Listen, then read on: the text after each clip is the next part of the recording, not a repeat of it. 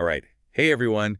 Get ready, because today we're taking a deep dive into something super important in psychiatric nursing.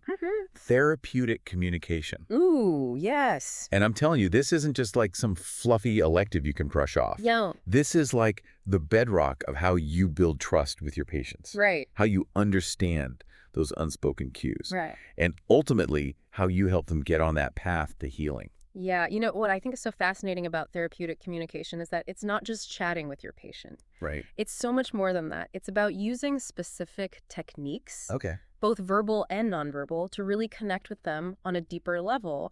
And you're trying to foster understanding, and you're trying to create this space for them to heal. So it's like intentional communication. It's not just like making small talk, Exactly. while you're like taking their vitals. It's about being present. Yeah. It's about being mindful of every interaction you have. Right. And you're building a bridge to your patient brick by brick with each word, each gesture you make. Okay. Really strengthening that connection.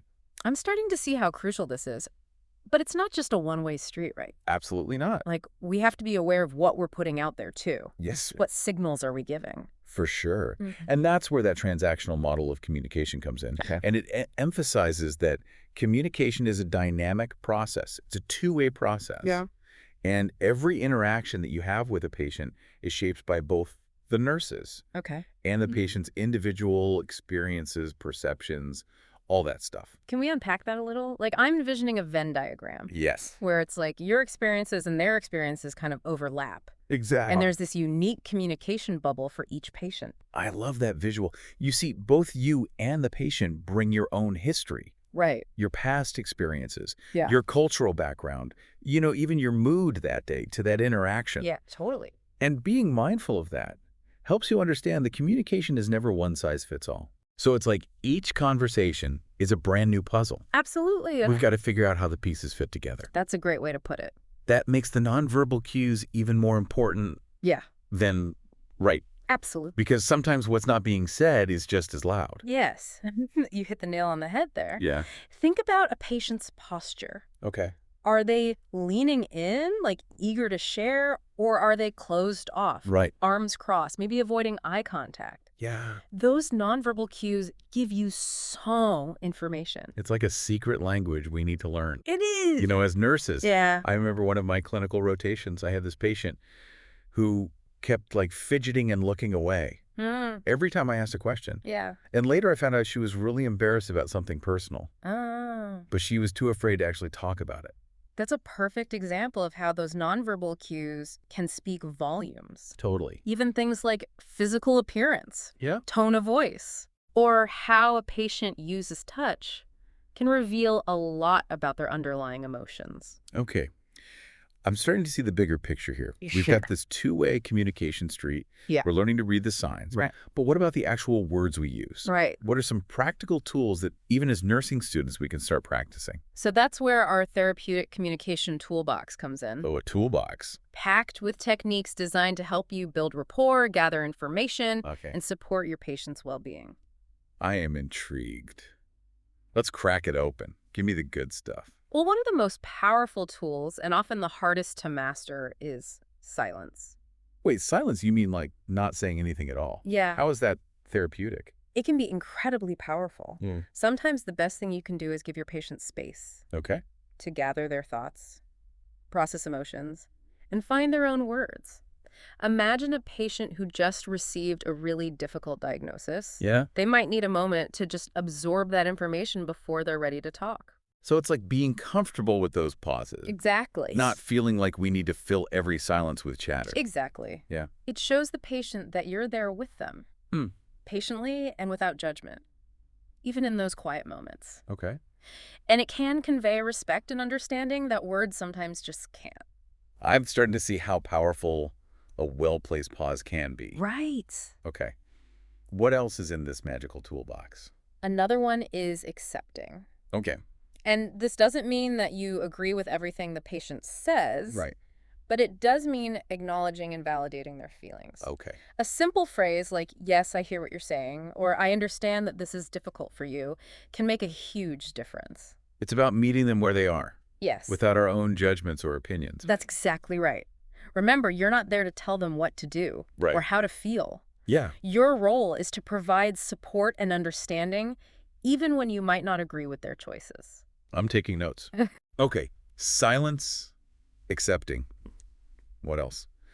This toolbox seems bottomless. Well, don't forget about giving recognition. Okay. This is all about acknowledging the patient's efforts, no matter how small. Okay. It could be something as simple as say, I noticed you made your bed today, to a patient who's struggling with depression. So we're celebrating those little victories. Yes. Those baby steps. Exactly. I can see how that would be encouraging for someone feeling overwhelmed. Absolutely. And don't underestimate the power of offering yourself. Something as simple as, I'll sit with you for a while, Yeah. can convey presence and support, Right. which can be so comforting to a patient who's feeling alone or scared. It's like saying, I'm here for you no matter what.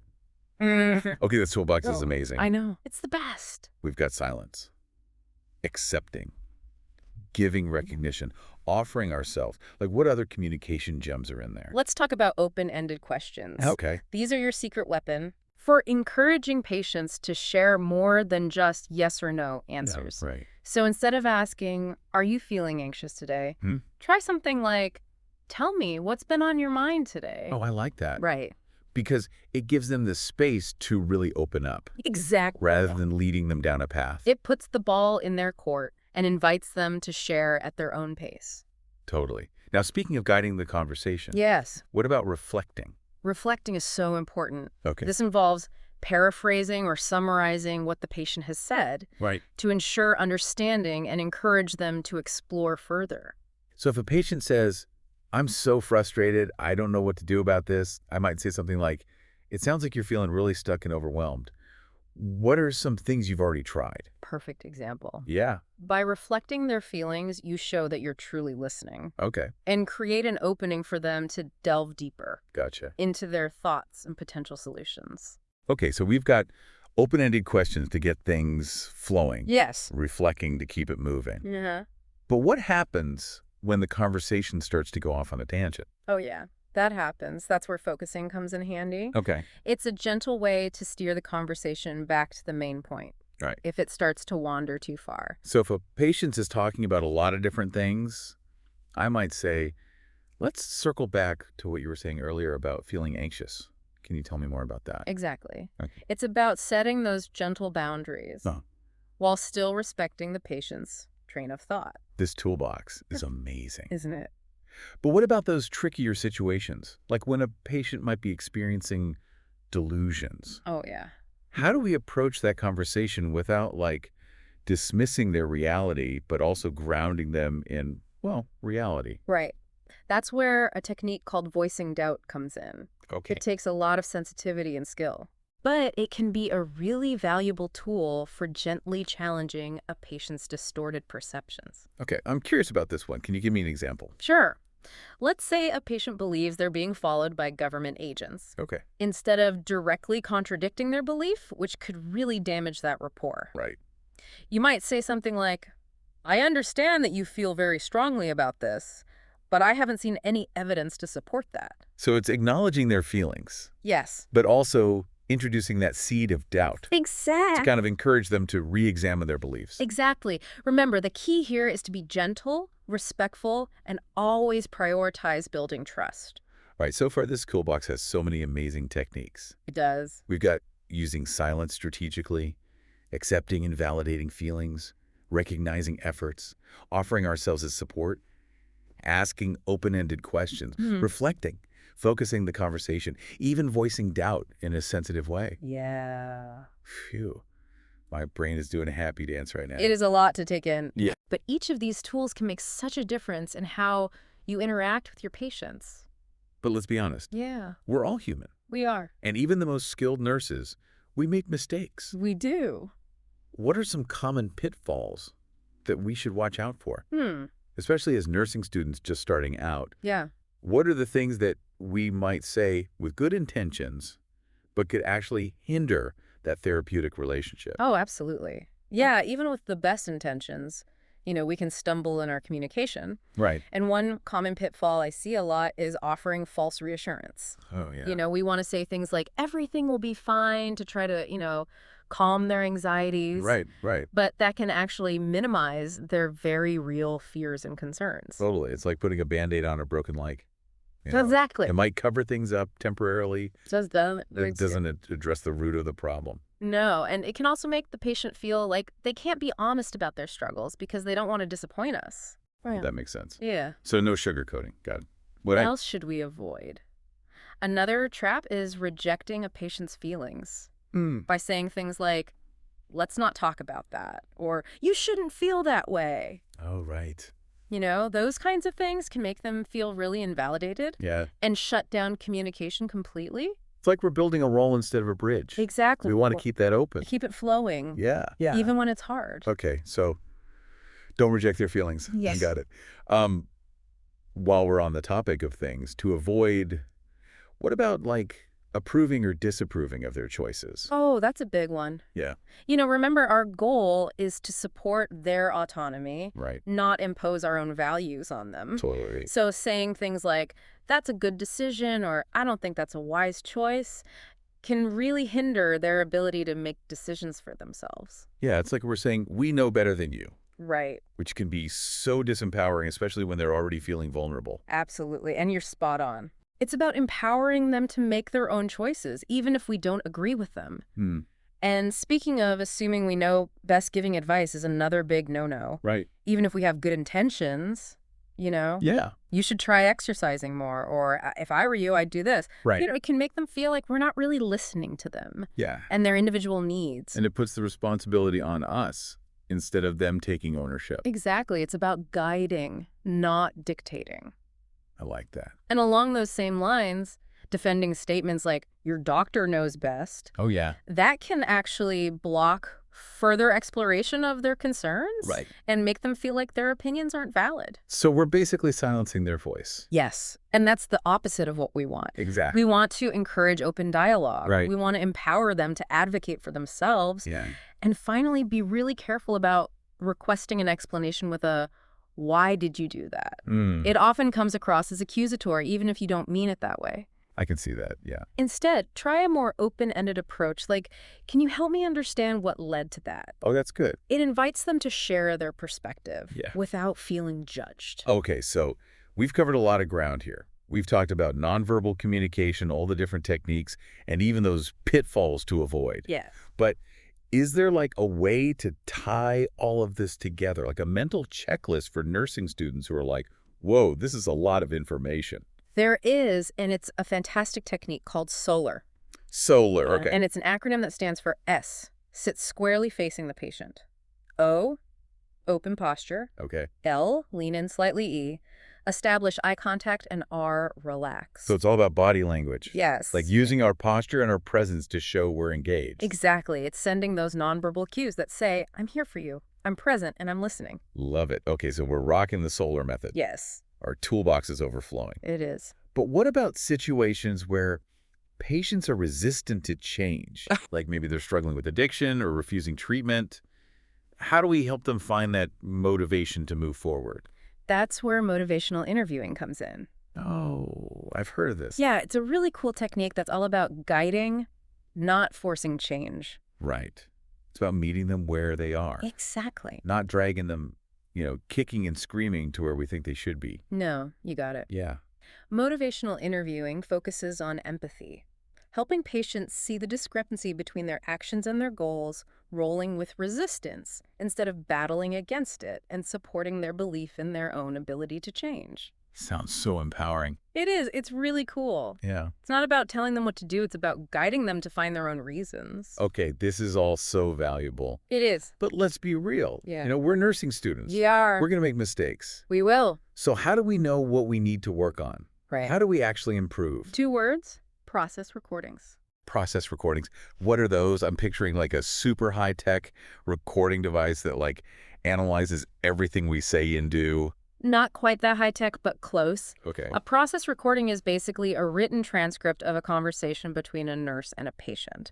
And it's a fantastic tool for self-reflection and growth. So we can literally go back and dissect the interaction. Yeah. See what worked, see what didn't work, and figure out what to improve. Yes. And it's not just what you said, Okay. but how you said it. Oh. You can analyze your tone of voice, your nonverbal cues, even the timing of your responses. Wow. It's like having a communication coach in your pocket. That is amazing. Okay, so we're diligently recording. Yeah. We're analyzing everything like communication detectives. Love it. What about feedback? How do we make sure we're giving and receiving feedback in a way that's actually helpful and not hurtful? That's a great question. Constructive feedback is a gift, Hmm. both for the giver and the receiver. And the key is to make it descriptive, focus on the behavior rather than the personality, make it timely, and aim it at positive growth. Okay, can you give me an example? Let's say I'm working with a patient who is being really dismissive and sarcastic, Yeah. and it's starting to get to me. How do I approach that in a way that's constructive? Okay. Instead of saying you're being rude, which is attacking their personality, try something like, I noticed that when I asked about your pain level, you responded sarcastically. Can you tell me what's going on? Oh, that is so much better. Right. It's addressing the behavior without making it personal, Exactly. and it opens up the door for dialogue. And remember, feedback should be a two-way street. As nursing students, we should always be open to receiving feedback from our instructors, our peers, Right. and even our patients. Yeah. It's how we learn and grow. This has been such an enlightening deep dive. It has. We've gone from the foundations of therapeutic communication to specific techniques to even how to reflect on our own interactions. We did it. I feel like I have a much deeper understanding of the power of words, Me too. especially in psychiatric nursing. Absolutely. And before we wrap up, any final words of wisdom for our future nurses out there who are ready to put all this into practice? Well, just remember, therapeutic communication, it's a journey. It's not a destination. Right.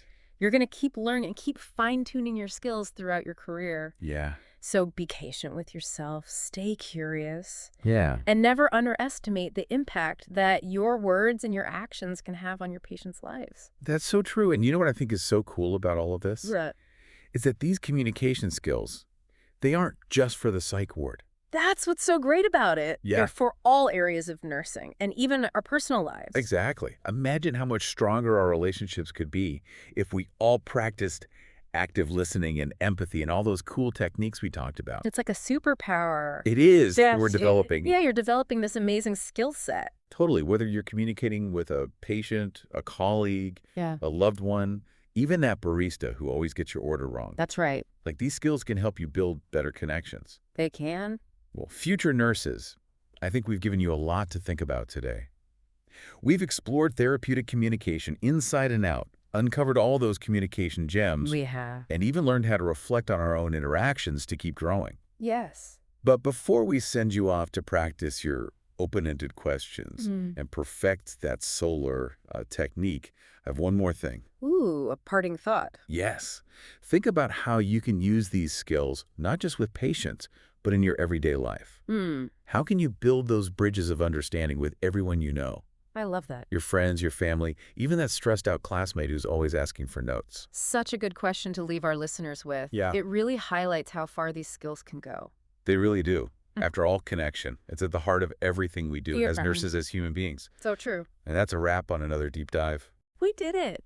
We hope you enjoyed this journey into the world of therapeutic communication. Me too. Remember, your journey to becoming amazing nurses is just beginning. It is. Keep learning, keep practicing, and never stop believing in the power of connection. Couldn't have said it better myself.